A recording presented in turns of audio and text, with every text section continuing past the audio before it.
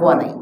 এজন্য আল্লাহ তাআলা অফার দিচ্ছেন, ইয়া আইয়ুহাল্লাযীনা আমানু কুতিবা আলাইকুমুস সিয়াম, হে ঈমানদারগণ তোমাদের উপর রোজা দিলাম রোজা, কামা কুতিবা আলাল্লাযীনা মিন ক্বাবলিকুম, যদি যেমনি ভাবে তোমাদের পূর্ববর্তীদের উপরে এই রোজাটা দেওয়া হয়েছিল। কেন দিলাম রে বান্দা জানো? আমি আল্লাহ তাআলা চাই প্রত্যেকটা বান্দা আমার বন্ধু হয়ে যাক, বান্দা থেকে বন্ধু বানাবার জন্য তোমাদেরকে রোজা দিলাম। প্রশ্ন করতে পারেন, হুজুর জীবনে 70 বছর যাবত রোজা রাখি, 50 বছর যাবত রোজা রাখি, 25 বছর যাবত রোজা রাখি, 15 বছর যাবত রোজা রাখি, 5 বছর যাবত রোজা রাখি, গত বছরও রোজা রাখলাম, আমার রোজা তো আগেও রেখেছি কিন্তু বন্ধু তো হইলাম না। আপনি বলতেছেন রোজা রাখলেই বন্ধু হয়ে যাবে, আল্লাহ বলছেন কই বন্ধু তো হইলাম না। বন্ধু হওয়ার আলামত হইলো আমি তো গুনাহ করতেছি, এখনো আল্লাহকে গুনাহ তো ছাড়তে পারলাম না। বন্ধু কই? বন্ধু হইলে তো বন্ধু বন্ধুর মনে কষ্ট দেয় না। আমি তো আল্লাহকে কষ্ট দেই, নামাজ কাজা করি, আমি আল্লাহকে কষ্ট দেই, বিভিন্ন কবিরা গুনাহ করি, কিন্তু তাহলে বোঝা গেল আমি বন্ধু হইলাম না। আর রোজা রাখলে কিন্তু আমার রোজা তো মিস নাই হুজুর, রোজা মিস নাই, তো আল্লাহ কি মিশা কথা কইলো নাকি? নাউজুবিল্লাহ। না, আসলে যে গুণগুলো অর্জন করলে রোজাটা রোজা হয়, যে রোজা যেমন আমি প্রায় উদাহরণ দেই আপনাদেরকে, বলি এই যে এসি এখন প্যাকেট করা, কয়দিন পরে গরম আসবে, এসি ছাড়তে হবে মসজিদ ঠান্ডা করার জন্য। এসি ছাড়লে মুয়াজ্জিন সাহেব কি করে? বন্ধ থাইগুলো খুলে দেয়, সব খুলে টিলায় ভাই সব খুলেন, এসি ছাড়তেছি, নাকি সব বন্ধ করে? সব বন্ধ করে। সব খোলা রেখে এসি ছাড়লে যেমন দাম নাই, সব বন্ধ করে যদি এসি ছাড়ে তখন গিয়ে এসির এই পাওয়ারে মসজিদ ঠান্ডা হয়, ঠিক না বেঠিক? তখন 10 রাকাত তারাবির পরে একজনে কয় এই এসিটা কমায় দেন, একজনে কয় ফ্যানটা বন্ধ করে দেন, কারণ আগের থেকেই তো ঠান্ডাটা এরকম জমে আছে, জমা যত। ঠিক তদ্রুপ রোজা, যে রোজা আমাদেরকে আল্লাহ তাআলার বন্ধু বানাবে, রোজাটাকে এমন পাওয়ারি বানাবার জন্য। أما بعد فأعوذ بالله من الشيطان الرجيم بسم الله الرحمن الرحيم يا أيها الذين آمنوا كتب عليكم الصيام كما كتب على الذين من قبلكم لعلكم تتقون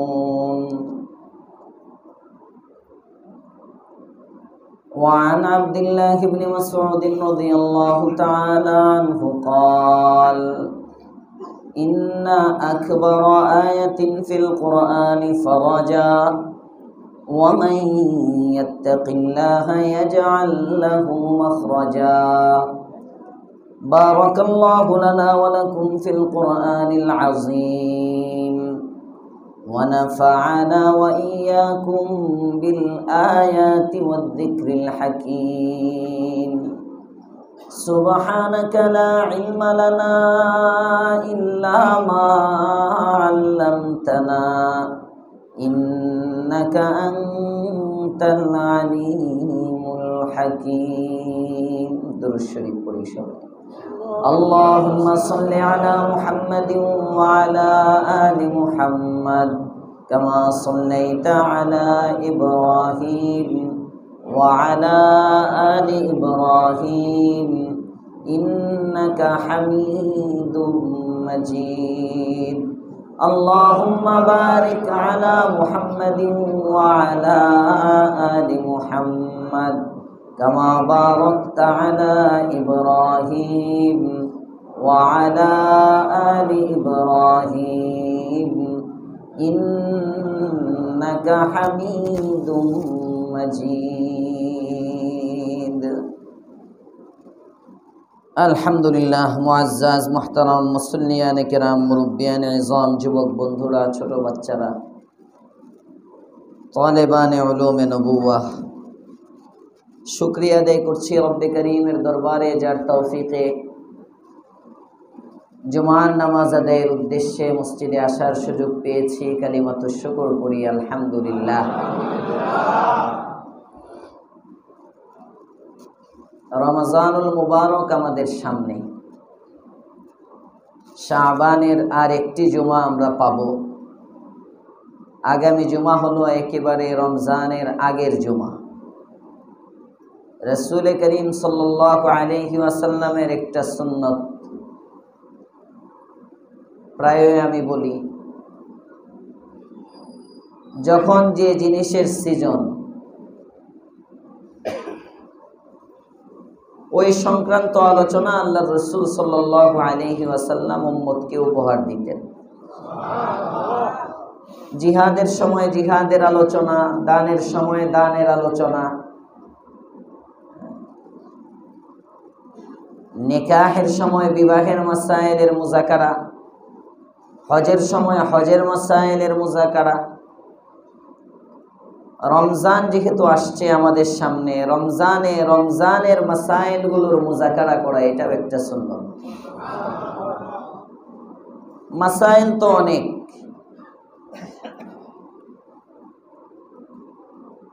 একদিনে সবগুলো বলাও সম্ভব নয়, আর এত মাসাইল একসাথে মুখস্থ রাখাও সম্ভব না। বাকি আমরা যদি বাতারতিব ধারাবাহিকভাবে কিছু কিছু মাসাইল প্রতিদিন শুনি, প্রতিদিন জানি।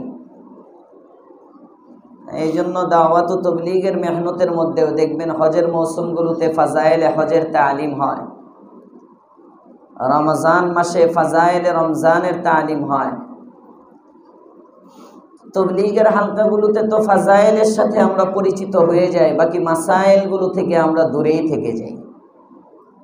তো ফাজাইলের চেয়ে মাসাইল দরকার বেশি। ফাজাইলের দ্বারা ইবাদতে উদ্বুদ্ধ হয়, ইবাদতের আগ্রহ তৈরি হয়, আর মাসাইলের দ্বারা ইবাদত শুদ্ধ হয়।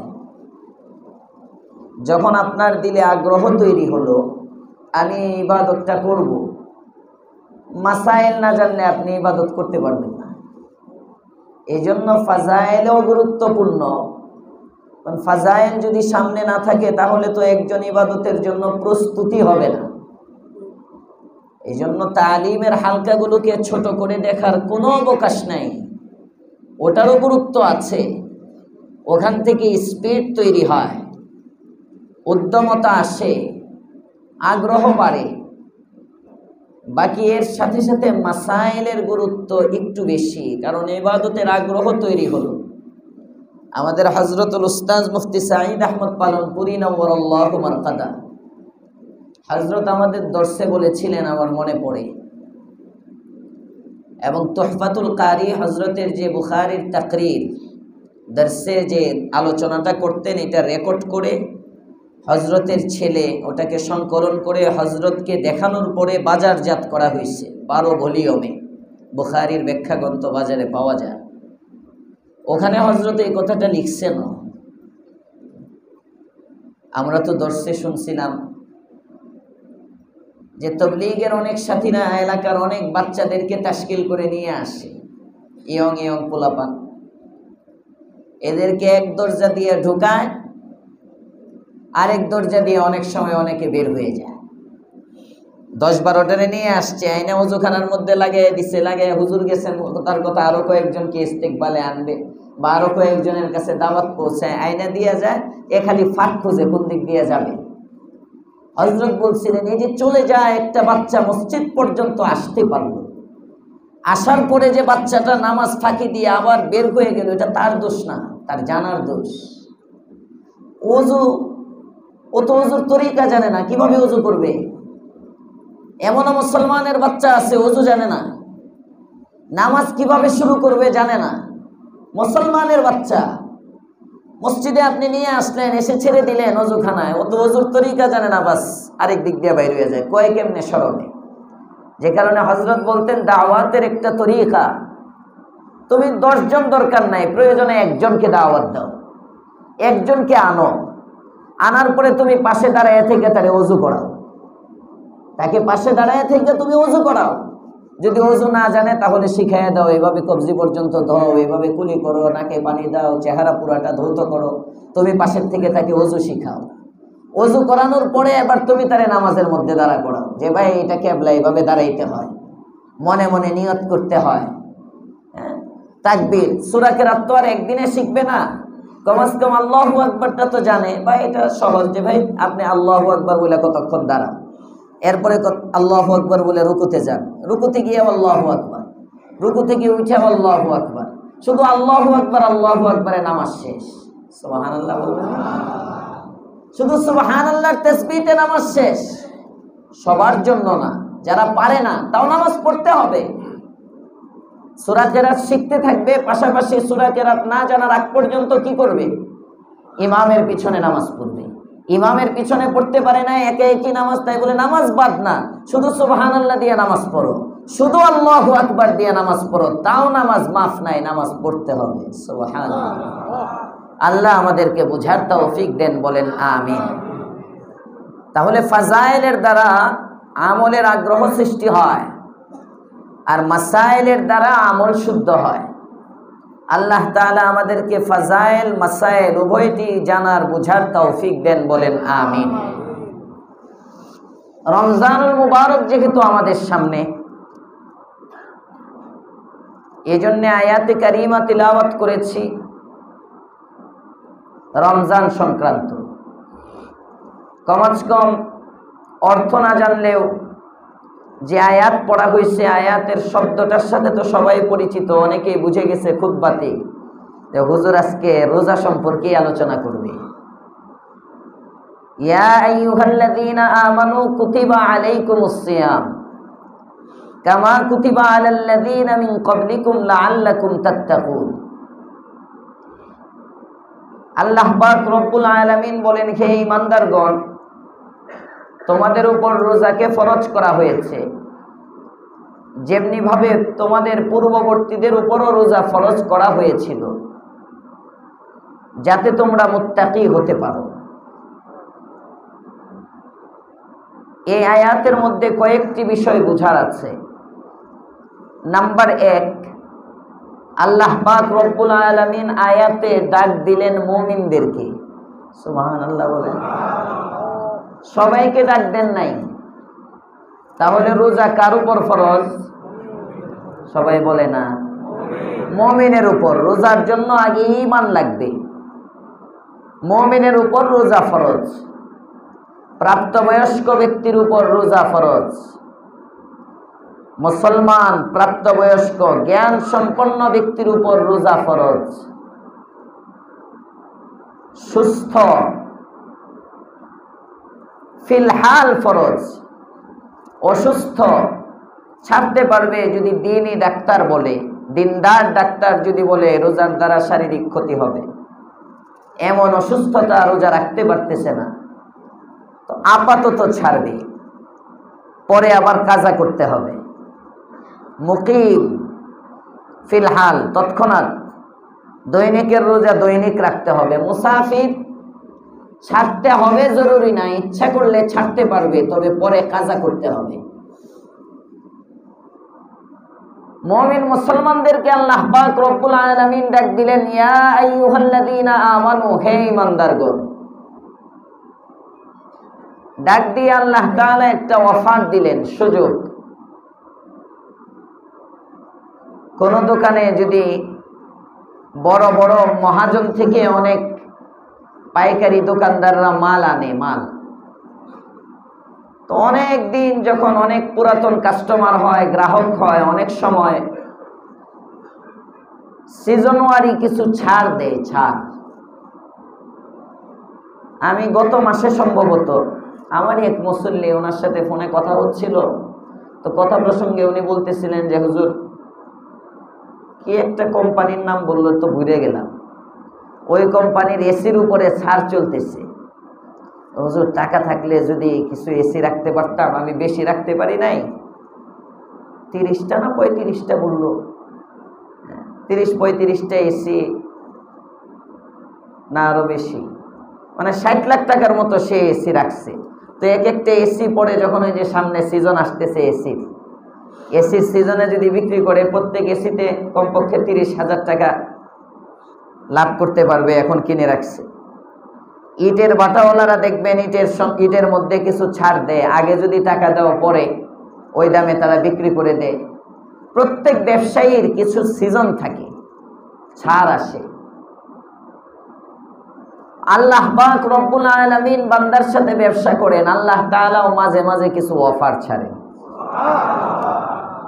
শুধু মোবাইল কোম্পানির অফার পায় যুবকরা পাগল এই অফার গ্রহণ করার জন্য। আল্লাহ পাক রব্বুল আলামিন যে অফার গুলো দেন, আল্লাহু আকবার। যেমন এই আজকের আয়াতের মধ্যে আল্লাহ তাআলা এমন একটা অফার দিচ্ছেন যে অফারের চেয়ে দামি কোনো অফার হতেই পারে না। এই মুহূর্তে যদি যুবকদের কেউ এসে এখানে বলে সার্জিস আলম কিংবা হাসানাত আব্দুল্লাহ এরা আমার বন্ধু, একটু দাম দিব সবাই, ফিতনা তো এখনো শুরু হয় নাই, এখনো দাম চলতেছে, একটু দাম দিবে, দাম। প্রধান উপদেষ্টা আমার বন্ধু কিংবা অন্যান্য আরো যারা উপদেষ্টা আছে, কোনো এক উপদেষ্টা উনি তো আমার কলিগ, এই কালকে রাতেও সে আমাকে ফোন করেছে, মোবাইলের কল লিস্টে দেখাইলো, তো লোকটার একটু দাম বাড়বে না? যে এর সাথে কথাবার্তা হিসাব নিকাশ করে কইতে হইব, না জানি কোন দিক দিয়ে কি করে আবার কোন দিক দিয়ে লাগাই দেয়। আল্লাহ পাক রব্বুল আলামিন আমাদেরকে অফার দিচ্ছেন, বান্দা ইয়া আইয়ুহাল্লাযীনা আমানু, হে ঈমানদারগণ, তোমাদেরকে আমি 1 মাসের একটা সুযোগ দিলাম। এই 1 মাস যদি তোমরা একটা ইবাদত করো, আমি আল্লাহ তাআলা তোমাদেরকে একটা অফার দিলাম, সেটা হলো আমার বন্ধুত্বের অফার। সময় মাত্র 30 দিন, বন্ধু হওয়ার বাকি আর কতদিন? আর 30 দিন আসতে হাতে আর 9 দিন সময় আছে। 30 দিনের মেহনত করবে বান্দা, তুমি বান্দা থেকে আমি আল্লাহর বন্ধু হয়ে যাবে। আমরা সবাই এখন বান্দা, বন্ধু হতে চাই সবাই। বন্ধু হওয়ার জন্য একটা আমল করলেই আল্লাহর বন্ধু হয়ে যাওয়া যাবে। ইয়া আইয়ুহাল্লাযীনা আমানু কুতিবা আলাইকুমুস সিয়াম কামা কুতিবা আলাল্লাযীনা মিন ক্বাবলিকুম লাআল্লাকুম তাত্তাকুন। হে ঈমানদারগণ, তোমাদের পূর্ববর্তীদের উপর রোজা ছিল, তোমাদেরকেও রোজা দেয়া হয়েছে, যদি রোজাগুলো রাখো বান্দা কি হবে জানো? লাআল্লাকুম তাত্তাকুন, নিশ্চিত নিশ্চিত তুমি আমার বন্ধু হয়ে যাবে। যাদের এই আয়াতের তরজমা জানা আছে কিংবা বয়ান ভালো করে শুনছেন, তারাও বলবে যে হুজুর একটু আগে আপনি বললেন যাতে করে তোমরা মুত্তাকি হইতে পারো, তরজমা করলেন যাতে করে তোমরা পরহেজগার হতে পারো, খোদা ভীরু হতে পারো, তাকওয়া অবলম্বন করতে পারো। এখন আবার আপনি তরজমা করলেন যাতে করে তোমরা আমার বন্ধু হতে পারো। অর্থ বিকৃত হয়ে গেল না? না, যে ব্যক্তি মুত্তাকি সে আল্লাহর বন্ধু। দলিল সূরাতুল আনফাল 34 নম্বর আয়াত, 9 নম্বর পারার 20 নম্বর পৃষ্ঠার প্রথম আয়াত। আল্লাহ তাআলা বলেন, ওয়ামা লাকুম আল্লা ইউআযিবাহুমুল্লাহ ওয়া হুম ইয়াসুদ্দুনা আনিল মাসজিদিল হারামি ওয়া মা কানু আউলিয়াআহ ইন আউলিয়াউহু ইল্লাল মুত্তাকুন। সুবহানাল্লাহ, ইন আউলিয়াউহু ইল্লাল মুত্তাকুন। বান্দা, আমি রবের বন্ধু কারা জানো? একমাত্র মুত্তাকিরাই আমি রবের বন্ধু।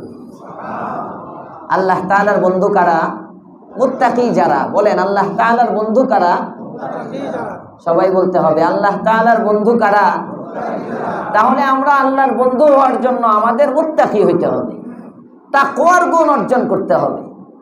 তাকওয়া এমন একটা গুণ, তাকওয়া যখন চলে আসে তখন বন্ধু যেমন বন্ধুর মনোরঞ্জনের জন্য সব করতে প্রস্তুত থাকে, মুত্তাকি বান্দা আল্লাহ তাআলার সন্তুষ্টি পাওয়ার জন্য সব বর্জন করতে তৈরি থাকে। আজকে আমাদের সমাজের মধ্যে যত অপরাধ হয়, সব অপরাধের মূলে গিয়ে আল্লাহর সাথে আমাদের বন্ধুত্ব নেই। আল্লাহর সাথে আমাদের বন্ধুত্ব নাই। বন্ধুর মনোরঞ্জনের জন্য 5 ওয়াক্ত নামাজ কাজা করে আল্লাহকে নারাজ করে। কারণ কি?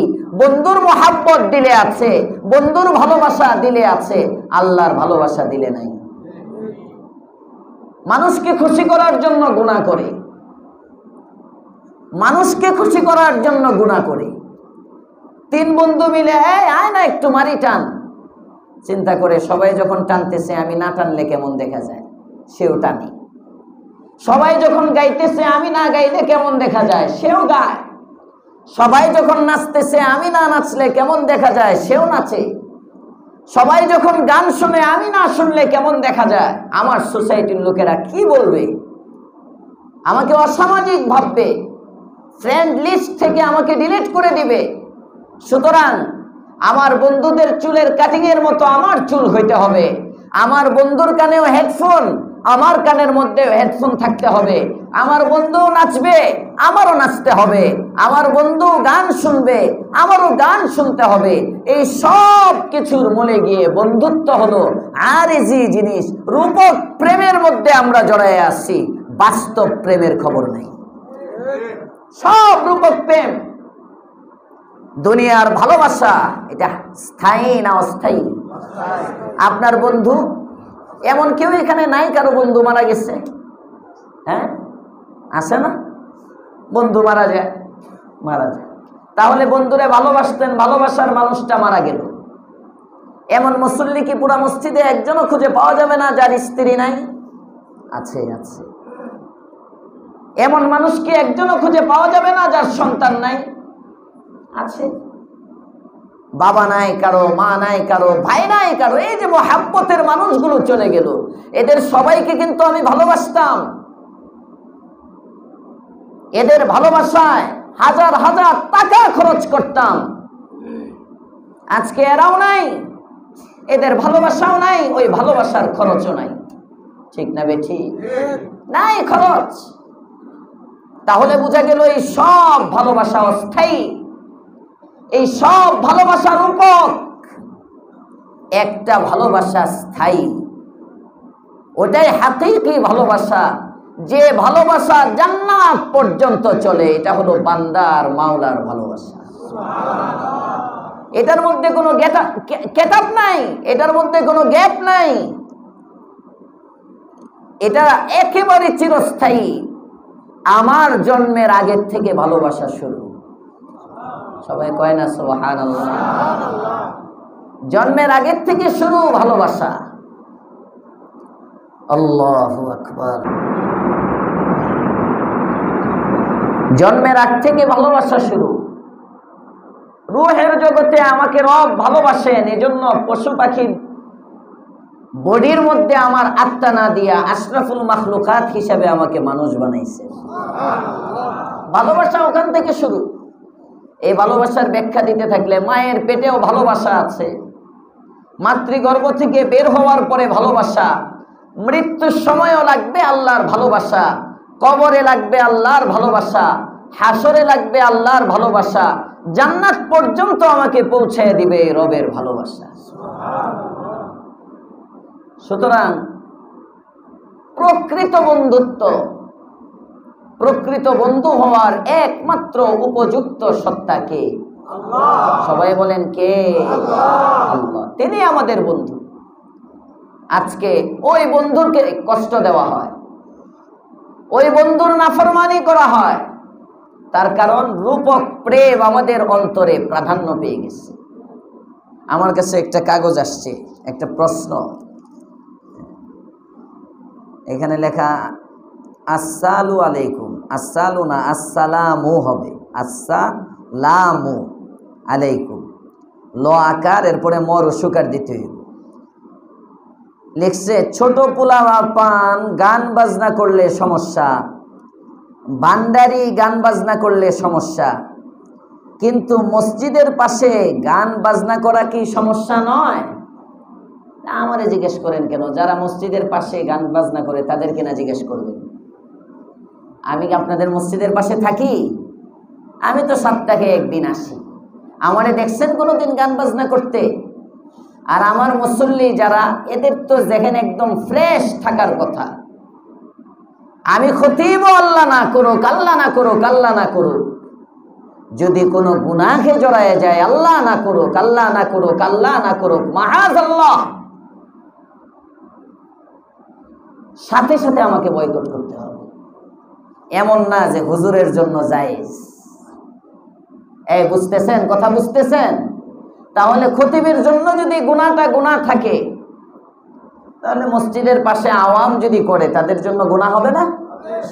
এটা আমি তো বারবার আপনাদেরকে বলি, গুনাহ যেটা আপনার জন্য গুনাহ, এটা আমার জন্য গুনাহ। গুনাহ যেটা আপনার জন্য গুনাহ, এটা শাইখুল হাদিস সাহেবের জন্য গুনাহ। গুনাহ যেটা আপনার জন্য গুনাহ, এটা মক্কার ইমামের জন্য গুনাহ, পীরের জন্য গুনাহ। গুনাহ সবার জন্য গুনাহ, মনে থাকবে ইনশাআল্লাহ। এটা আমি বারবার বলি, আমাদের সমাজে এই জিনিসটা মনে রাখবেন। গুনার ক্ষেত্রে কোনো আবেগ নাই, মনে হয় হুজুরের জন্য কিছু ছাড় আছে, না, ছাড় নাই। গুনাহ যেটা আপনার জন্য, এটা আমার জন্য। গান যদি ভান্ডারীদের জন্য, যদি কি যেমনি ভাবে ভান্ডারীদের জন্য গান হারাম, আপনার প্রত্যেকটা ব্যক্তির জন্যই গান হারাম, সবার জন্যই গান হারাম। হ্যাঁ, বাচ্চা পোলাপান গান বাজনা যদি করে, এটা যেমন হারাম, বরঞ্চ বাচ্চা পোলাপান যদি গান বাজনা করে, বাচ্চাদের তো গুনাহ নাই, এই গুনাহ হয় তার বাপ মা। গুনাহ হয় কার? নাবালেগ বাচ্চা যদি হয়। কারণ প্রাপ্তবয়স্ক হওয়ার আগ পর্যন্ত বাচ্চা, এই যে সামনে রমজান আসতেছে, কারো যদি 8 বছর 10 বছরের বাচ্চা থাকে, বাচ্চারে রোজা রাখাইবেন। রোজা রাখলে এই রোজার সওয়াব আল্লাহ পাক রব্বুল আলামিন আপনার আমলনামার মধ্যে দিয়ে দিবেন। আবার বুড়ারা কইেন না যে ঠিক আছে ফুলার উপরে দিয়ে রোজা চালাইয়া দিলাম, সব তো পাইতেই আছে, আমি খাইলাম না, এমন না। এজন্য নেক সন্তানের বাবা মা হওয়া, গুনাহ সবার জন্য গুনাহ। আমরা সবাই যদি ঐক্যবদ্ধ হই এবং প্রত্যেকে যার যার অবস্থান থেকে যদি গুনাহকে ঘৃণা করি, তাহলে সমাজ সুন্দর হবে। একা কখনো সমাজ সুন্দর করা যায় না, একা নিজের জীবন সুন্দর করা যায়, পরিবার মিলে একটা পরিবারকে সুন্দর করা যায়, কিন্তু একটা সমাজ সুন্দর করার জন্য সবগুলো পরিবার ভালো হইতে হয়। প্রত্যেকটা ব্যক্তি মিলে একটা সমাজ, এই সমাজের সবগুলো মানুষ ভালো হইতে হয়। সব মানুষ যখন নিয়ত করবে আমি গান শুনবো না, গানকে ঘৃণা করি, তখন দেখবেন সমাজের গান বন্ধ হয়ে যায়। নয়তো আমি একা খতিব চিল্লাইতেই পারবো, আমার কান চিল্লাবো। আপনার কান মসজিদে যখন আসছেন, হুজুর যা কয় শুনতে তো হইব, আপনি শুনবেন। জৈসা বাইগুন না কি কয় না, একটা কি আছে, জৈসা তাই শুনইসা বাইগুন না কিছু, এই যেমন যেমন থেকে যাবে, কোনো পরিবর্তন হবে না। পরিবর্তনের জন্য যার যার জায়গা থেকে গুনাহকে ঘৃণা করতে হবে। আলহামদুলিল্লাহ, আমি তো এলাকায় থাকি না, আসি মুসাফিরের মতো, যদিও 48 মাইল দূরের ওই মুসাফির না, আসি জুমার দিন সময় দিই, এছাড়া সারা সপ্তাহ আসা হয় না। মাঝে মাঝে হঠাৎ কোনো কারণে সপ্তাহের মাঝে ঢুকি, এছাড়া তো শুক্রবারেই আপনাদের, বাকি 6 দিন নাই। তো এলাকায় যারা থাকেন তাদের কাছে শুনি, আলহামদুলিল্লাহ, এক সময় আজ থেকে 15 বছর আগের গোয়ালটেক যদি কল্পনা করা হয়, 10 বছর আগের গোয়ালটেক যদি কল্পনা করা হয়, 5 বছর আগের গোয়ালটেক যদি কল্পনা করা হয়, আলহামদুলিল্লাহ ওই তুলনায় অনেক কিছু কমছে। গান বাদ্য বাজনা অনেক সময় অনেকে আমারে বলে যে হুজুর এটা আপনার অবদান। আমি সাথে সাথে বলি এটা আমার অবদান না, এটা যারা গুনাহ ছাড়ছে তাদের অবদান। কথা বলেন না কেন? আমি হাজারো চিল্লাইলাম, যদি আপনারা না মানেন সমাজ সুন্দর হবে কিভাবে? আমি হয়তো দাওয়াতটা পৌঁছাইতে পারি, কিন্তু আল্লাহ পাক রব্বুল আলামিন আপনাদের দিলে হক গ্রহণ করার মতো যোগ্যতা দিয়েছেন, আপনারা হকটাকে গ্রহণ করছেন। এই জন্য আমি সবসময়, আমার এমন কোনো দোয়া যায় না, শুধু আপনাদের এখানে না, আমি সব দোয়াই, অনেক মসজিদের ইমাম খতিব আছে ফার্ম দেওয়ার লেগে দোয়া করি। কথার কথা, হুজুরের সামনে, মানে যখন সামনে থাকে তখন একজনের জন্য, কমিটির জন্য দোয়া করতেছেন, আমি আড়ালে আরো বেশি করি আপনাদের জন্য দোয়া। যারা আমার সাথে সফর আসপারে যায় ওরা দেখে ওই জামালপুরের কোনায়, ওখানের মোনাজাতে কেউ নাই আমার সাথে, এমনও হয় কোনো সফর সঙ্গী নাই, আলাদা ড্রাইভার নিয়ে গেছি, আমি গেছি, ওখানেও আমার মুসল্লিদের জন্য আমি দোয়া করি। কি ঠেকা পড়ছে? একটা জিনিস আমি দেখি, এরা হকটাকে, এরা সমাজকে আবাদ করার জন্য, সমাজে হক ছড়াইয়া দেওয়ার জন্য আপনারা আমাকে সহযোগিতা করতেছেন। এজন্য আমি আপনাদের কাছে কৃতজ্ঞ। আল্লাহ তাআলা আপনাদের হায়াতে বারাকা দান করেন। সবাই বলেন আমিন। হক গ্রহণ করেন, হকের মধ্যেই শান্তি, গুনাহের মধ্যে অশান্তি। গুনাহ জুলমত, গুনাহ ধার, গুনাহ অন্ধকার, নেক আলো, নেক আলো। অনেক সময় ছাড়তে পারে না, এতদিন ধরে করি, হঠাৎ যদি ছাড়ি কেমন দেখা যায়, কেমন দেখা যায়, এটা বাদ দিয়ে দেন, যেমন দেখা যাক। আল্লাহ, আল্লাহর রসুল, ওনার কাছে যদি আমি ভালো হই তাহলে আমি ভালো। আল্লাহ পাক আমাদের সকলকে তৌফিক দেন, বলেন আমিন। এজন্য প্রশ্নের উত্তর আশা করি পেয়ে গেছেন। যিনি প্রশ্ন দিয়েছেন, গুনাহ এটা সবার জন্য গুনাহ, বরং মসজিদের আশপাশে যদি হয় এটা তো আরো বড় গুনাহ। এই যে আমি মাঝে মাঝে বলি আপনারা জোরে গান বাজাইবেন না, ডেস্ক বাজাইবেন না। কেন বলি? শুধু গান শোনা একটা গুনাহ। আপনি আপনার ঘরে হেডফোন দিয়ে শুনতেছেন, আওয়াজে আপনি গুনাহ করতেছেন। এটার দ্বারা কি হচ্ছে? আপনার আমল নামায় আপনার গুনাহটা লেখা হচ্ছে। কিন্তু যখন আপনি আরো কয়েকজনকে শোনাইতেছেন, এক হলো নিজে গুনাহ করতেছেন, নিজে গুনাহ করতেছেন একজনের। 2 নম্বর, আপনার থেকে আরেকজনে যদি গানটা শুনে মজা নেয়, ও যে মজাটা নিতেছে ফাও, সে ফাও গুনাহ করতেছে, ওই ফাও গুনাহ আপনার আমল নামায় ফাও লেখা হইতেছে। বুঝতেছেন? আপনার আমল নামায় গুনাহ উঠতেছে, ওই যে আরেকজন যে মজা নিতেছে। নাম্বার 3, এমনও অনেক ব্যক্তি আছে, মুরব্বী মানুষ কিংবা বয়স্ক মানুষ, অথবা অনেকে নিজে কাজ করতেছে, এমন মা বোন থাকতে পারে যে পাশের ঘরে আপনি যখন গান বাজাচ্ছেন, ডেস্ক বাজাচ্ছেন, ওই সময় উনি হয়তো একটু তেলাওয়াত করতে চাইতেছে। আমাদের মসজিদের না নামাজের সময় নির্ধারিত, মহিলাদের তো নামাজের সময় নির্ধারিত নাই, পুরা ওয়াক্তটাই তাদের নামাজের সময়। হ্যাঁ, আউয়াল ওয়াক্তে পড়া উত্তম, কিন্তু কোন মহিলা যদি জোহরের নামাজ 3:30টায় পড়ে, ওয়াক্ত যদি 4:30 পর্যন্ত থাকে, 3:30টায় জোহর পড়লো, 4টায় জোহর পড়লো, সমস্যা কি? সমস্যা আছে? কোনো সমস্যা নাই। ওনার কাজ সেরে মহিলারা ওনাদের সময় মতো নামাজ পড়বেন, কিন্তু ওয়াক্তের মধ্যে হতে হবে। এটা হলো মহিলাদের জন্য শর্ত।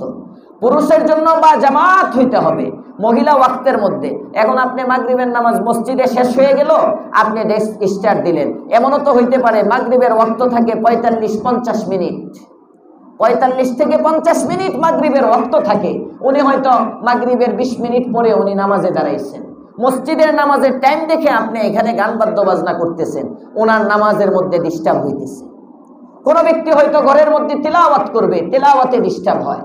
অনেক সময় ছোট ছোট বাচ্চা থাকে, অনেক বাচ্চাদের এই আওয়াজে হার্টে ধরে, খুব কষ্ট হয়, কান্নাকাটি করে, ভয়ে চিৎকার করতে থাকে। বাচ্চারা হালকা দরজাটা যদি একটু জোরে আওয়াজ হয়, অনেক সময় বাচ্চা ভয় পেয়ে যায়। আর এই ডেস্কের আওয়াজগুলো মনে হয় পুরা এলাকার ইটগুলো খসে খসে পড়ে যাবে, এমন যদি হয়, কি একটা ভয়ঙ্কর আওয়াজ। বাচ্চা কষ্ট দিচ্ছেন, বাচ্চার কষ্টের গুনাহ আপনার আমল নামায় আসতেছে। বয়স্ক মানুষকে কষ্ট দিচ্ছেন, উম্মতকে কষ্ট দেওয়া হারাম, কবিরা গুনাহ, এই গুনাহগুলো আপনার আমল নামায় আসতেছে। এই জন্য অনেক গুনাহের সমষ্টি হওয়ার কারণে, ভাই আপনার যদি গুনাহ একান্ত করতে মন চায়, আপনার ঘরে আপনি করেন, আপনার ঘরে আপনি করেন। সহজ জিনিসটা বুঝেন। আপনি গুনাহ করছেন, আপনি তওবা করবেন, আল্লাহ মাফ করে দিবে। সুবহানাল্লাহ বললেন না? যে আপনি গুনাহ করছেন এককভাবে, আপনি যত বড় গুনাহ করেন, আপনি তওবা করবেন, আল্লাহ মাফ করে দিবে। কিন্তু আপনি যখন আরো কয়েকজনের দিলে কষ্ট দিলেন, ওই যে বান্দা কষ্ট পাইলো, এখন আপনি শুধু গানের থেকে তওবা করলে মাফ হয় নাই। গানের আপনার গুনাহ মাফ হয়েছে, কিন্তু যে কষ্ট পাইছে, ওই কষ্টের জন্য তার কাছে মাফ না নিলে কিয়ামতের দিন আল্লাহ ধরবে আপনাকে। এটা মাসআলা বাবা, এটা মাসআলা। এজন্য আমরা এমন কোন গুনাহকে জড়াবো না যে গুনাহকে একজন আরেকজনের গীবত করা যায় না। তার কারণ কি? গীবত এমন একটা গুনাহ, যতক্ষণ পর্যন্ত এই গীবতকারী ওই যার গীবত করেছে, যার সমালোচনা করেছে, তার কাছ থেকে মাফ না নিলে, এটা বান্দার হক, আল্লাহ মাফ করবে না, আল্লাহ মাফ করবে না। কিছু কিছু গুনাহ এটা বান্দার কাছে ঠেকা।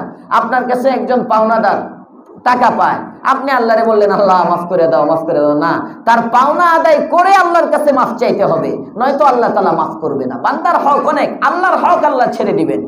আপনি গুনাহ করছেন, নিজে একা একই গুনাহ করছেন, আল্লাহর হক নষ্ট করছেন, মাফ চাইলে মাফ করবেন। আরো কয়েকজন যে কষ্ট দিলেন, এই অধিকার তো আপনার নাই। এটার জন্য সে মাফ করতে হবে। মাসালা মনে থাকবে ইনশাআল্লাহ। এই জন্য আমরা যদি নিয়ত করি আমাদের সমাজটাকে এমনভাবে সাজাবো, এই সমাজের মধ্যে প্রকাশ্যে কোনো গুনাহ হবে না, গোপনেরটা আসতে বাদ দিলাম, ওইটা আপনার ব্যক্তিগত ব্যাপার, কিন্তু অন্তত প্রকাশ্যে। অনেক সময় অনেকে গুনাহ করতে চায় না, কিন্তু ওনার গুনাহ আপনি তাকে গুনাহ করায় ফেলতেছেন। এভাবে আমরা আমাদের সমাজে আমরা যদি উদ্যোগী হই, এখানে যারা আছে মোটামুটি মসজিদ ভর্তি মানুষ, এখানের যুবক বৃদ্ধ সব শ্রেণীর মানুষ যদি আমরা উদ্যোগী হই, আমাদের এই গোয়ালটেকের মধ্যে কোনো গুনাহ হবে না। সম্ভব না অসম্ভব? আস্তে আস্তে সম্ভব। বোঝা যায় 80 বছর বয়স কাঁপতেছে। জোরে বলেন সম্ভব না অসম্ভব? আমাদের সবাই ঐক্যবদ্ধ হতে হবে। আল্লাহ পাক রব্বুল আলামিন তৌফিক দান করেন, বলেন আমিন। এই গুনাহ করে কেন? আল্লাহর বন্ধুত্ব নাই, তাকওয়া নাই। এজন্য আল্লাহ তাআলা অফার দিচ্ছেন, ইয়া আইয়ুহাল্লাযীনা আমানু কুতিবা আলাইকুমুস সিয়াম, হে ঈমানদারগণ তোমাদের উপর রোজা দিলাম, রোজা। কামা কুতিবা আলাল্লাযীনা মিন ক্বাবলিকুম, যদি যেমনি ভাবে তোমাদের পূর্ববর্তীদের উপরে এই রোজাটা দেওয়া হয়েছিল।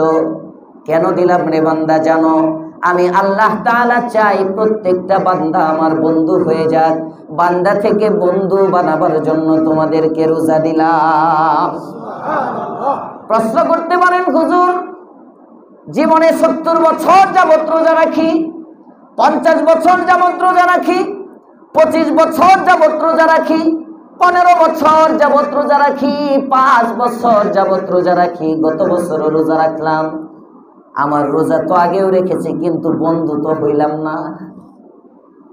আপনি বলতেছেন রোজা রাখলেই বন্ধু হয়ে যাবে। আল্লাহ বলছেন কই বন্ধু তো হইলাম না।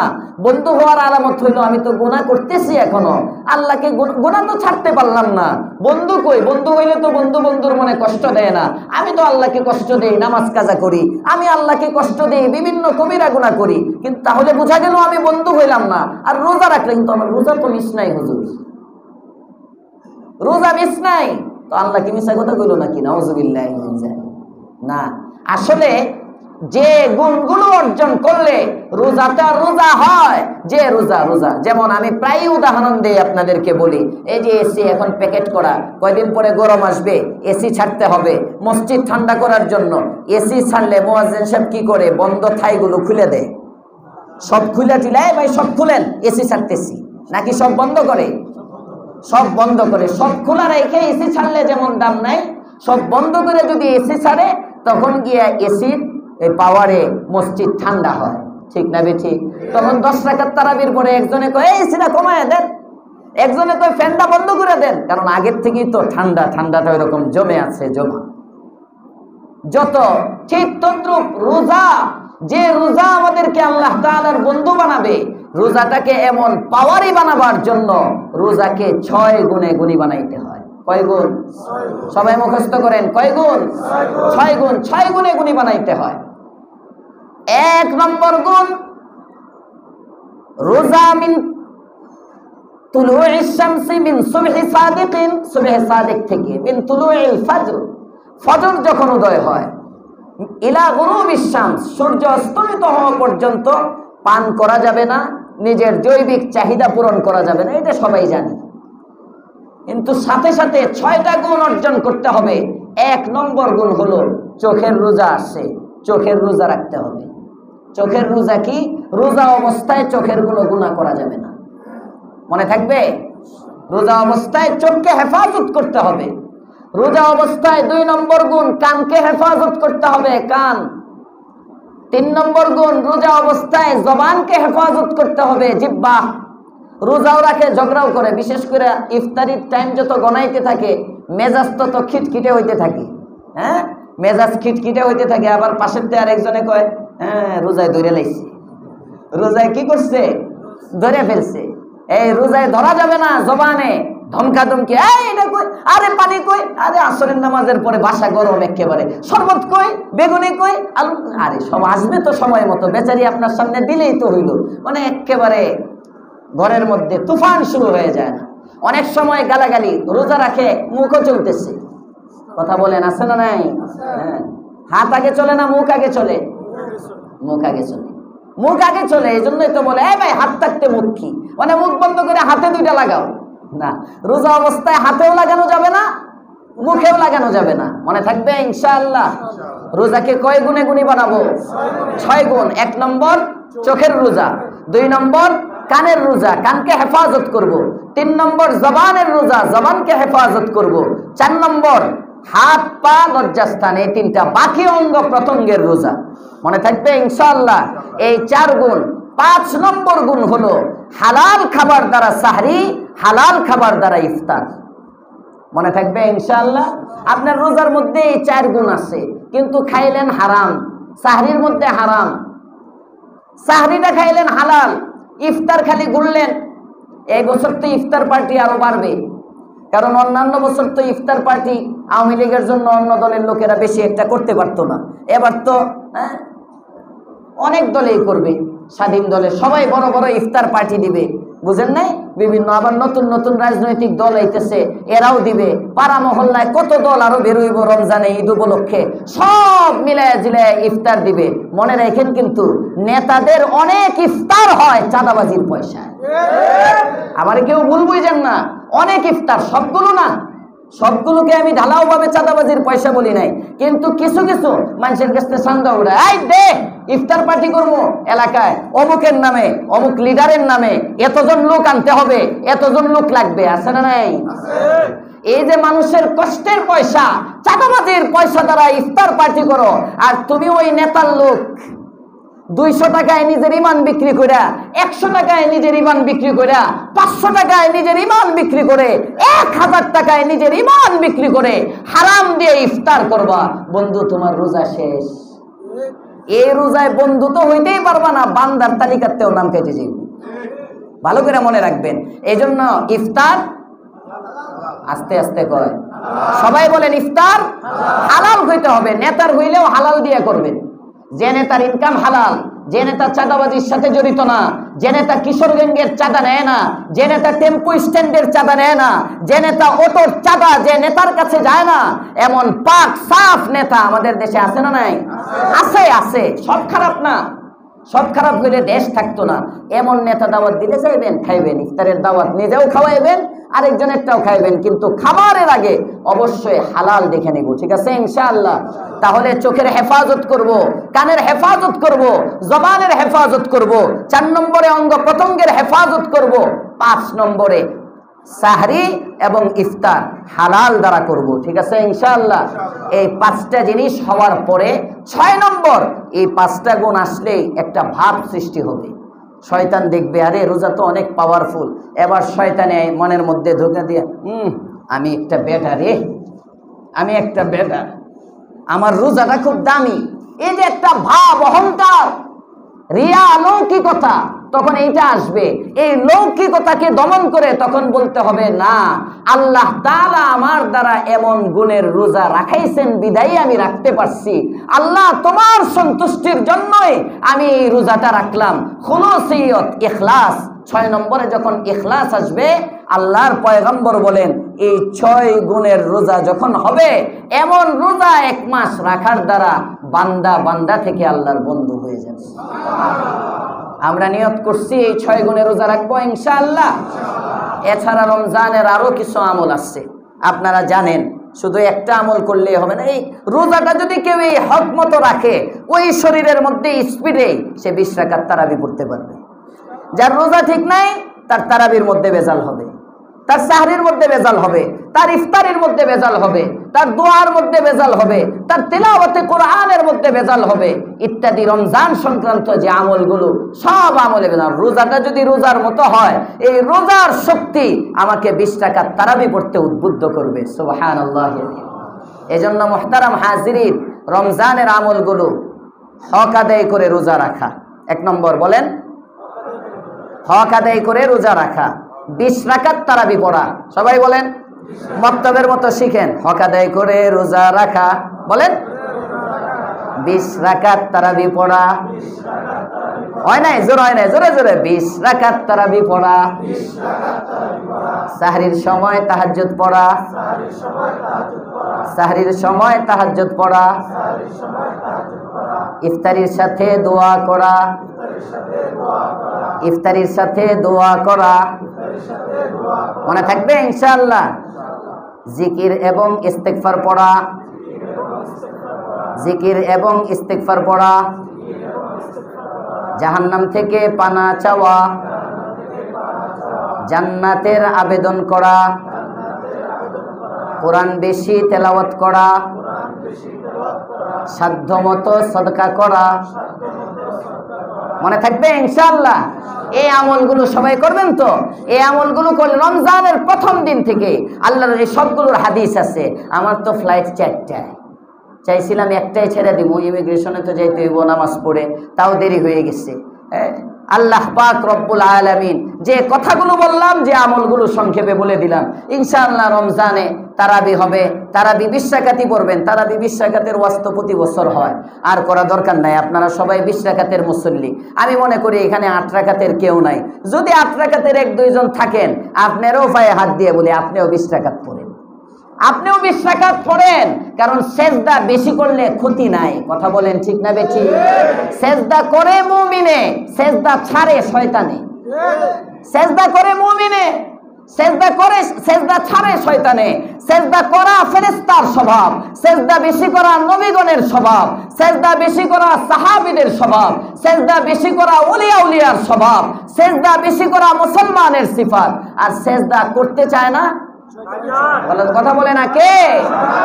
সর্বপ্রথম সেজদা ছাড়ছে শয়তানে। এজন্য এই জামানায় যারা সেজদা ছাড়তে চায় এরা শয়তানের দালাল, এরা শয়তানের দালাল। যারা সেজদা কমাইতে চায়, কই জুমার আগে 4 রাকাতের সুন্নত নাই, 4 রাকাত সুন্নত নাই মানে 8টা সেজদা কমাইয়া দিল। জুমার পরে 4 রাকাত সুন্নত নাই, জুমার পরে 4 রাকাত সুন্নত নাই মানে 8 পরের 4 রাকাত বাদ দিয়ে 16টা সেজদা কমাইয়া দিল। তারাবির নামাজ 8 রাকাত, 12 রাকাত বাদ দিল। 12 রাকাত বাদ দিয়ে কয়টা সেজদা? 12 রাকাতের মধ্যে 24টা সেজদা কমাইয়া দিল। 24। তার মানে এরা শয়তানের দালাল দেয়, এটার দ্বারাই বোঝা যায়। আর বেশি কিছু দরকার নাই, বেশি দলিল দরকার নাই, কোরআন হাদিসের দলিল বাদ। এজন্য আমরা কয় রাকাত পড়বো? কয় রাকাত পড়বো? 20 রাকাত। সেজদা বাড়ান, সেজদা বাড়ান। আল্লাহ পাক আমাকেও তৌফিক দেন, আপনাদেরকেও তৌফিক দান করেন।